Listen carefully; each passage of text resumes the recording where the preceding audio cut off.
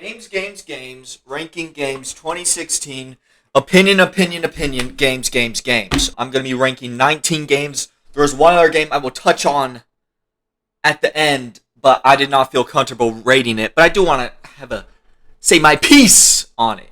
Until then, 19 games. Let's rank them. What was Smash muy near to his fucking ice hockey, yeah? At this point in time, Call of Duty was bumping out these futuristic experiences, and you went back to back, Advanced Warfare, then Black Ops 3, and then when this Infinite Warfare trailer, it might have been the most disliked video on YouTube, if I remember. People were really fucking pissed. So this game, no matter what, was going to be hated, and I think looking back on it, is it like the worst COD? No. I think COD Ghosts is worse than Infinite Warfare, which is the previous one made by Infinity Ward. But it still wasn't like a good COD. I think the campaign had its moments, but it's not like a typical COD campaign in their peak era during like the PS3 era where they put out pretty fire campaigns, honestly. Infinite Warfare had a good villain. I thought Kit Harington did a good job. But like, I can't really tell you shit about the campaign. Like, you think I can recollect 8 years ago from my time on Infinite Warfare? Kit Harington, I remember being a good villain, and Conor McGregor was in it. That's all I remember about the campaign. The multiplayer, this is probably my least favorite part of this Call of Duty. It was just bland to me. I've never really fucked with Infinity Ward's multiplayers, and I prefer the Black Ops 3 movement if we're talking about these futuristic CODs. Probably better than Advanced Warfare's, which was a bit janky, but still, like, it wasn't anything great. I think the best part of this game was probably the zombies. The first two maps was fucking Zombies and Spaceman, Raven the Redwoods. I had a good time with both of those maps. Then I kind of got sick of it by the time of, Shaolin Shuffle, and then there was another one I played once, and that was it. So, overall, this is like an interesting point in Call of Duty when people were really fucking fed up. And this was like 2016 is an interesting year, because we'll see later. This is like when other first-person shooters were kind of like taken over from Call of Duty. Probably not sales-wise. I'm here to say something cool. There's probably some Division heads out there, but I'm not one of them. It's not really in my genre. You know, I don't think there would be a single looter shooter in any one of my ranking videos or whatever I do that would rank super high. So, like, I do want to preface with, like, I know The Division is a pretty loved game, and that comes from post-content stuff, I believe.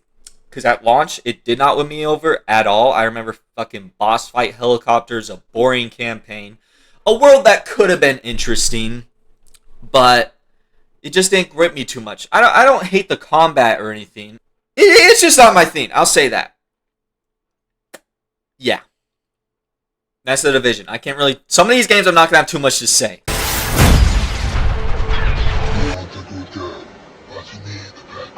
I like the Final Fantasy series. I've been working backwards. Played all the 7 ones besides like the OG one. I'm waiting to do that. After I finished 16, I went to 15. And 15's the only Final Fantasy that I played so far that I did not really enjoy. I think the combat's pretty boring. The characters, Final Fantasy lives or dies by the characters and the relationships between them.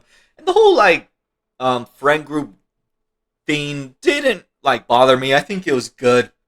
More in, like, the DLCs that you play where you get to control each and every character. I just don't think this game is, like, super fun. And the characters, without playing the DLC stuff, you go through the whole game and I'm just kind of like, they're guys doing stuff. You know how it is in Final Fantasy. We be traveling, we be killing monsters, we be killing gods.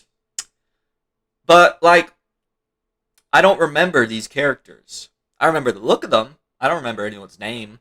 I played this in January. I should remember it. In other Final Fantasies, I do remember. I do remember Clive and Jill. And Joshua!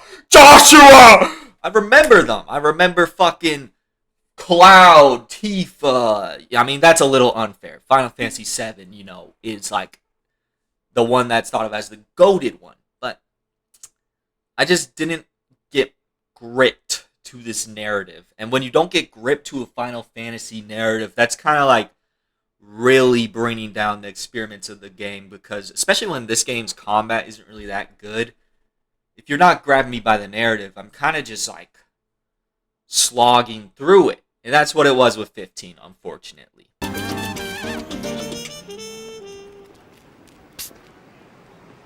Yo quiero Taco Bell.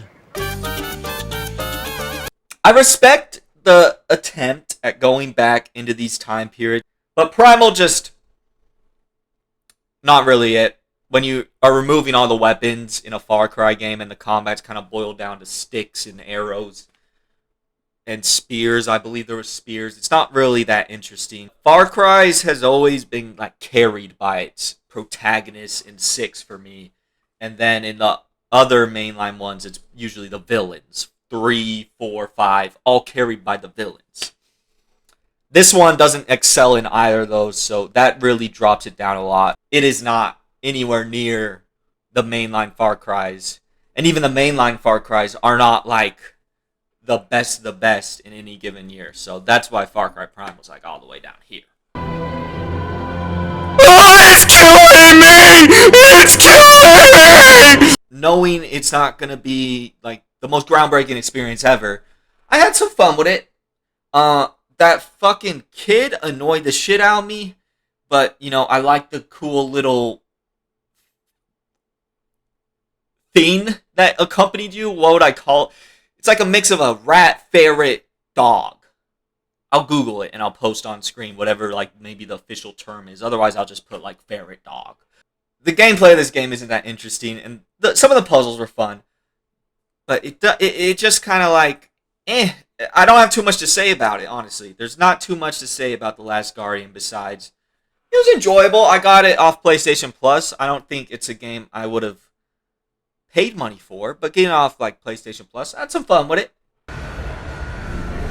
Stan's about to die, but he's...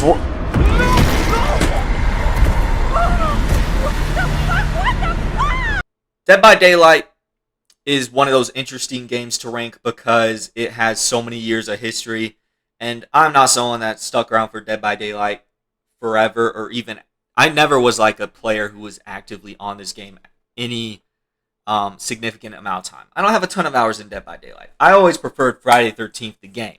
The generator looping thing it's just not my thing. I prefer to get in a car and hit people, to get a gun and shoot people. Goofy shit like that. Not that I'm team killing on purpose. I prefer the accidental charm of Friday 13th, I guess. Dead by Daylight felt a little too try-hardy for me, and I don't think the loop is that engaging, so that's why it fell all the way down here for me. I'm more of a survivor player inherently than a killer player, so I enjoyed playing killer more in this game, but it's not like I was loving it. So in the 8 years this game has been out, I probably still have way more time in Friday 13th, just because I enjoyed that game a lot more, and when Friday 13th died, I didn't go and play Dead by Daylight. I just didn't play either. If you don't fight, you die. I'm not gonna stand by. I played The Walking Dead Michonne at launch back in 2016. This is when I was a Walking Dead head. Michonne's a cool character. I don't think this game did enough justice to that character, especially comic book Michonne deals with a lot of fucked up shit. She's not like anywhere near as calm and collected at like the season 6 point in the story in the comics. Walking Dead Telltale season 1, 2, and 4 are for sure better than The Walking Dead Michonne. Season 3, there's probably a debate whether it's better than The Walking Dead Michonne. But even saying that, I do remember season 3 of The Walking Dead more than I do remember The Walking Dead Michonne. It's just like supplemental material that I don't think really is going to change your view on the Michonne character at all through playing this experience if you've like read the comics and watched the show a lot, which I've already done that.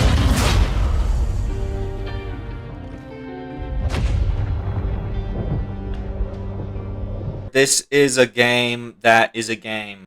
I did a whole binge of the Gears of War franchise probably about 3 years ago, so it could have been part of that kind of going back to back to back that made it drop further. I was Googling it just to like literally get in my head. Like, I don't remember what this game even looked like in comparison to the other Gears. How did this game look different?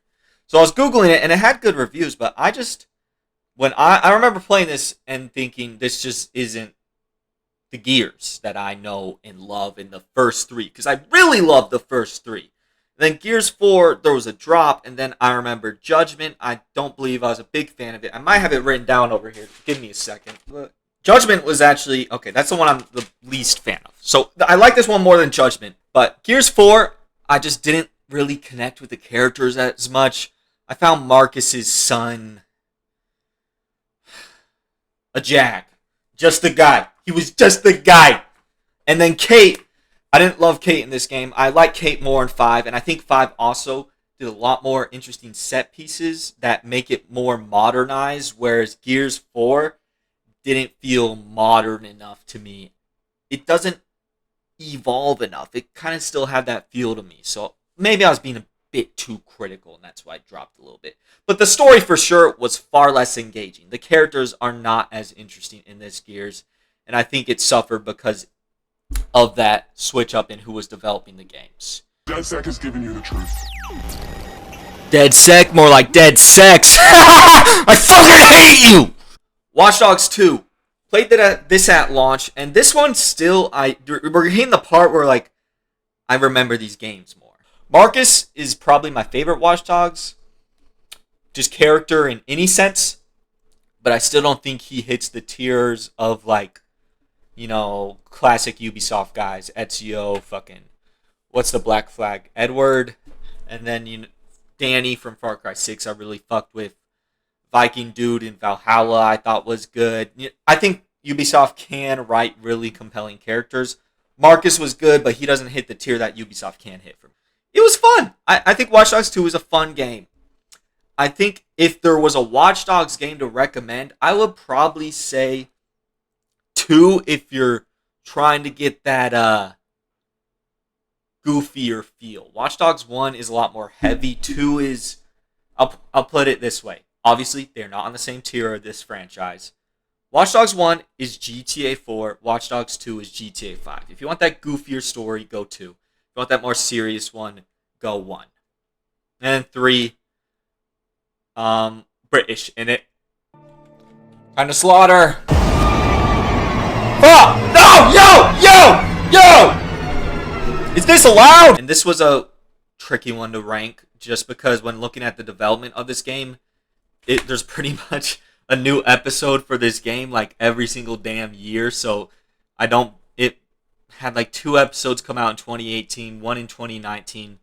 I think only 1 came out in 2016. So I think you could argue this being a 2018 ranking, but because everything was so spread out, I just like, okay, before this escapes my mind, I don't know when I'm going to do a 2018 game ranking. I'll just put in 2016. The story is its strongest part. It gets a little maybe bonkers towards the end, I guess you could say, and I think it loses a bit of that. I think its strength is when it's more focused on the characters, and it goes a little too bonkers for me at the end. But still, overall, a great experience. Really creepy. There's a couple moments that shocked me. I don't want to be too spoiler heavy. I uploaded 2 videos on it. Solid game. Yeah, I really want to include this, and when looking at it, I put it in the top 10. Enjoyable experience. I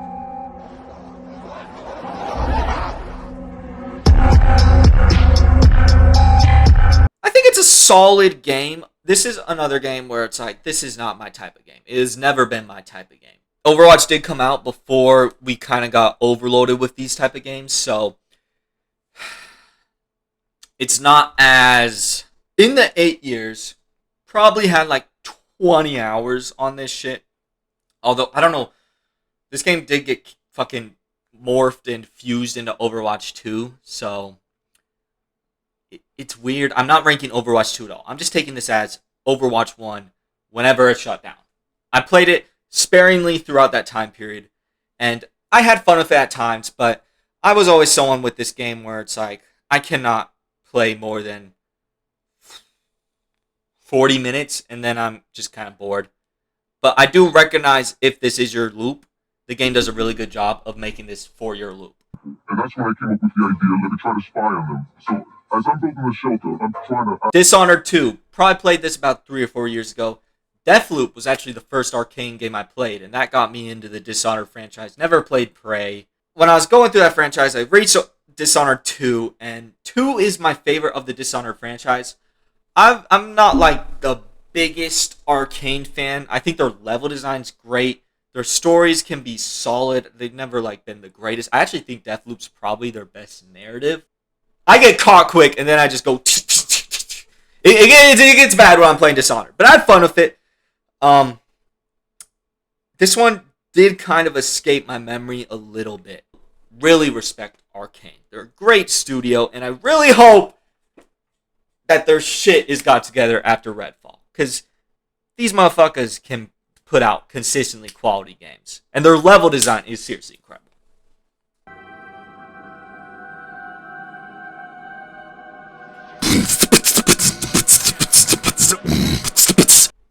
Now, Titanfall 2 is the most recent one I played out of all these games. I actually never played the campaign, so I went back and I played that campaign for this video. And that's what put it above Dishonored 2. Playing through Titanfall's campaign made me bump it up one spot higher. The multiplayer was fun with this game. I still think Black Ops 3 does have better movement. I prefer the more of Black Ops 3, where Titanfall 2, it's...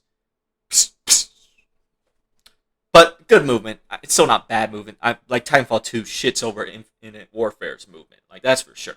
Main part of the campaign that really made it excellent is the levels. I mean, you're on a map that's fucking building like a Apex Legends Battle Royale fucking arena is what it felt like, in a dome. You're on flying planes. They give you boss fights with Titan mechs. It's just a really fucking fun campaign. And that's what elevates it above Dishonored 2. That's what did the flip on it, okay? That's what put it in the 7 range.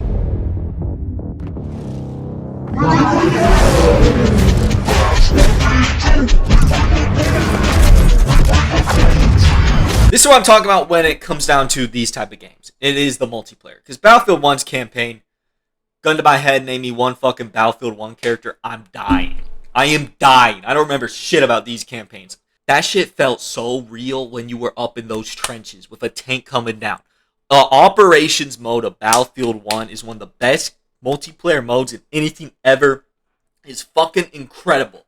Battlefield 1's multiplayer slaps so fucking hard. When you would see a blimp fly down, it's just something about the time period that I think really elevated this game. The modern Battlefields don't hit like this one does. Battlefield 1 was special, man. Never played 5, never played any after 1. Like, that's kind of crazy to me. Battlefield 1's the last one I ever really put any time into. When Infinite Warfare's trailer came out and then 1's came out, oh my god. That was a moment in history I'll never... Like, the turn. That's where it felt like Battlefield was going up. And 1 was the game to do it. If 1 couldn't make Battlefield the bigger franchise, nothing would have. Especially at the time of Infinite Warfare coming out, where they were at a low. Infinite Warfare still sold more. It's crazy. Abzu, more like I gotta poo. This is a different turn from the hectic nature of Battlefield 1. Abzu is what I feel like a lot of people love Journey, and that game never really hit for me. But the way people look at Journey is how I look at Abzu. Abzu was just a vibey-ass game going through the water. This team made the Pathless, which was like a launch game with the PS5. Also another wonderful game. I'm not sure which one I like more, but Abzu was just a fucking vibe, man. Going through the ocean. It's the type of game that, like, it can get you to shed a tear just for no fucking reason, man.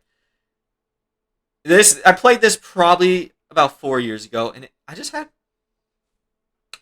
floating around in the water, man. I don't know what you want me to say. I was vibing in the water. It was a fun experience. Might have got it off PlayStation Plus. I don't remember. probably did. I don't think I would have bought this game. I think it just came to me. And now, since that game, I'm following this studio. I like the Pathless. Whatever they do next, I'm a fucking check it out. They make some solid games that are just vibey, and I fuck with them. It was mating season. How could I have known she was your sister? I played this probably around 2018-ish. And going back to this franchise was just fun for me. Ratchet and Clank was a childhood franchise for me. I remember playing, like, on the PSP, the names of... They had weird names like Ratchet and Clank Squeeze My Booty or some shit. Like, they had some freaky-ass names with this franchise. Remember, you're not going to remember Ratchet and Clank's narrative fucking 7 years from now. You know, it's not going to be something that sticks in your brain, turns, run hamster wheels thinking about it. Like, damn, that fucking changed me. It's just going to be a fun experience. I think Rift Apart does better set pieces and kind of just makes probably like everything better. Besides Ratchet and Clank's the villain in this one. I remember liking the villain. But yeah, Ratchet and Clank, good childhood memories with this franchise, and I'm happy it's back. I'm not like dying for a third one, but if a third one came out this PS5 era, I would be fine with it. Yeah, just a solid ass franchise, and this one to me lives up to all the ones I played as a kid. Mutinous insurrection is punishable by death. This game hit. This game fucking slapped. I think a lot of people might think it's worse than it is just because Eternal was so fucking good. And it just... This is also like Ratchet and Clank Rift Apart, where Doom Eternal just did everything the first one did, but better. So Doom kind of looks a little worse, but you don't get Doom Eternal without Doom. The same way you don't get Ratchet and Clank Rift Apart without Ratchet and Clank. So, yes, is this Doom a lot slower than Eternal? Yeah, it is. And it feels a lot slower, especially if you're like right after playing Eternal, you hop on Doom 2016. But it's still fun, and that momentum combat is just something so unique to Doom that they just nailed. And it fits Doom perfectly. And this is the first one I played. So I'm always going to have a special place in my heart, because this one really put me on to like, yo, id Software puts out some fire-ass games.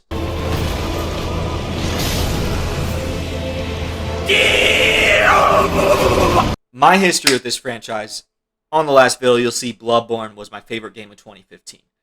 This was the game I went to after Bloodborne, and I never even finished all the DLCs. Like, there are some final DLC bosses I didn't get to. But Dark Souls 3 was just incredible. It's just a fucking incredible game. And yes, it probably feels a little stiff now after playing some of their more fluid games like Elden Ring. I think Bloodborne holds up more than Dark Souls 3 does. But that's being nitpicky. Dark Souls 3 is still fucking fantastic. And it has some of the best boss fights I've ever played in any of these games. Yeah. I think I can safely say Dark Souls 3's first boss fight is my favorite, like, intro boss fight in any game. The reasons I would say this isn't the top spot, whereas Bloodborne was the top spot in its year, is I think Bloodborne does a better job of, like, making you wanna know the story as opposed to the Dark Souls world has. I never fought the final DLC boss of this game, Gale. Same way I never fought Orphan of Kos in the Bloodborne DLC.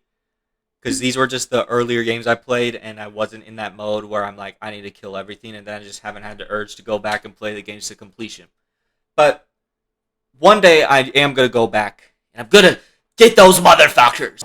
What the hell happened to you two? Fell out of a car that fell out of a plane?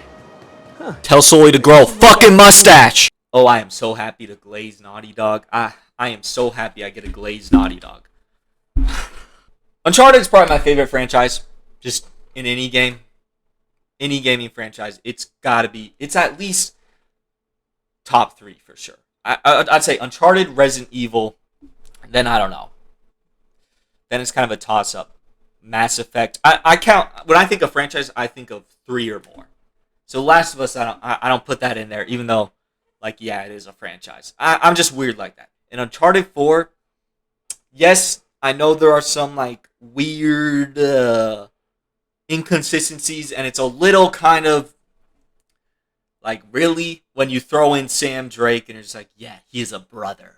A long-lost brother.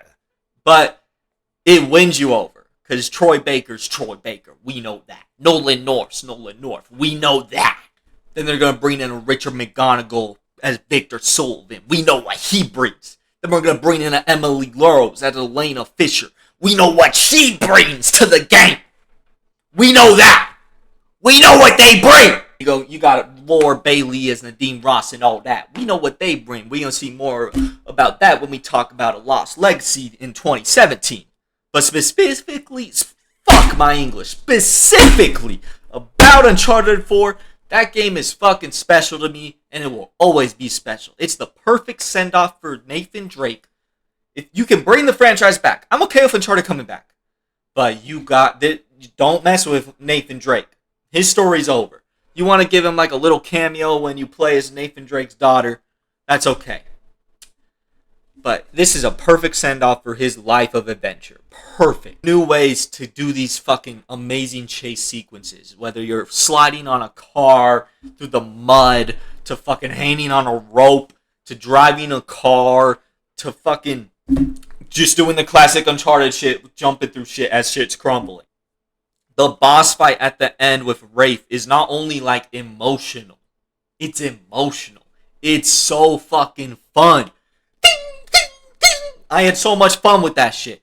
And then they found a way to get more open worldy. I love the semi-open world shit. There's just so much about this game that like elevated what Uncharted could be. I guess the perfect way of saying it is there was a game I was talking about earlier. Like Gears of War 4 is also the fourth game in that franchise. Like mainline game.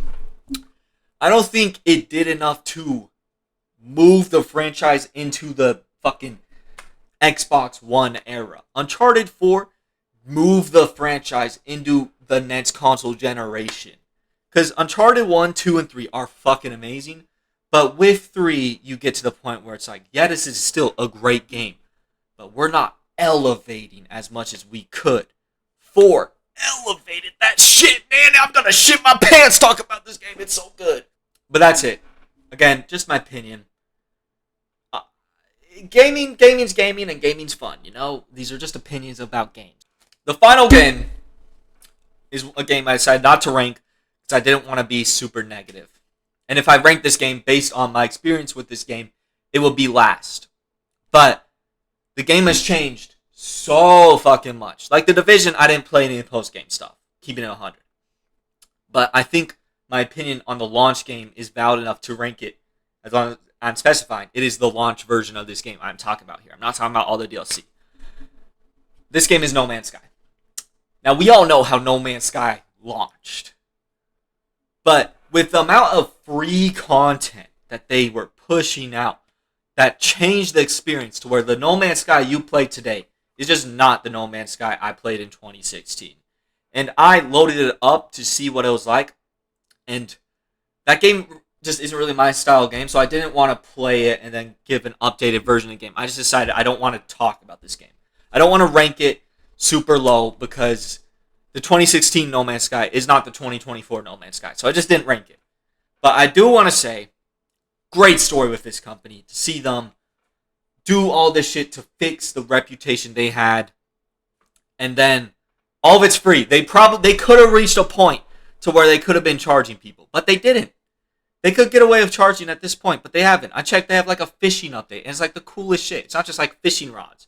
They show the fucking ocean and these boats and these vendors, and it's like, this is incredible. This is nothing like the game at launch. So how can I rank No Man's Sky last just to be like, yeah, the launch version of this game was ass? We all know that. They know they messed up. But that's 2016.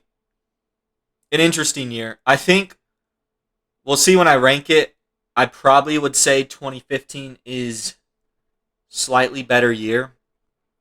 But I put them kind of on par. Still have not given an S ranking. That I will give an S ranking if there is an S ranked game. There just wasn't a 10 out of 10 game this year for me. I'm very harsh with that shit, as you know. I love Uncharted, but 4 is not an S for me. We'll see next year. Whenever that comes out. Might be like 5 or 6 months. Who knows?